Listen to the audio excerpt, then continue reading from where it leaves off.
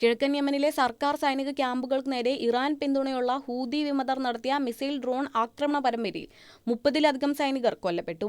അന്താരാഷ്ട്ര അംഗീകാരമുള്ള യമൻ സർക്കാരിന്റെ കീഴിലുള്ള എമർജൻസി ഫോഴ്സിന്റെ താവളങ്ങളെ ലക്ഷ്യമിട്ടായിരുന്നു പ്രധാനമായും ഈ ആക്രമണങ്ങൾ.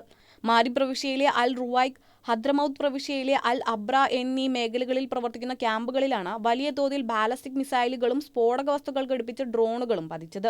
രാവിലെ ആരംഭിച്ച ആക്രമണം ഉച്ചവരെ തുടർന്നതായും സൈനിക ബാരക്കുകളും ആയുധ ശേഖരങ്ങളും വൻതോതിൽ തകർക്കപ്പെട്ടതായും റിപ്പോർട്ടുകൾ വ്യക്തമാക്കുന്നു. രാജ്യത്തിന്റെ സുരക്ഷയും സ്ഥിരതയും തകർക്കാൻ ലക്ഷ്യമിട്ട് നടത്തിയ വഞ്ചനാപരമായ ആക്രമണമാണിതെന്ന് യമൻ ആരോഗ്യമന്ത്രി ഖാസിം ബഹിബാസ് വിശേഷിപ്പിച്ചു. എന്നാൽ യമൻ സർക്കാരിന് പിന്തുണ നൽകുന്ന സൗദി അറേബ്യൻ സഖ്യസേനയുടെ വൻ സൈനിക വിന്യാസങ്ങളെയും താവളങ്ങളെയുമാണ് തങ്ങൾ ലക്ഷ്യമിട്ടതെന്ന് ഹൂതി സൈനിക വക്താവ് യഹ്യ സരി അവകാശപ്പെട്ടു. തുടർന്നുള്ള സൈനിക നടപടികൾ രൂക്ഷമാകാൻ സാധ്യതയുള്ളതിനാൽ തെറ്റിദ്ധരിപ്പിക്കപ്പെട്ട് ക്യാമ്പുകളിൽ കഴിയുന്നവർ ഉടൻ തന്നെ അവിടെ നിന്നും സ്വന്തം വീടുകളിലേക്ക് മടങ്ങണമെന്നാണ് ഹൂതി നേതൃത്വം മുന്നറിയിപ്പ് നൽകിയിരിക്കുന്നത്. ആക്രമണത്തിന് പിന്നാലെ പ്രദേശത്ത് വലിയ തോതിലുള്ള സംഘർഷ സാധ്യതയും ആശങ്കയും തുടരുകയാണ്.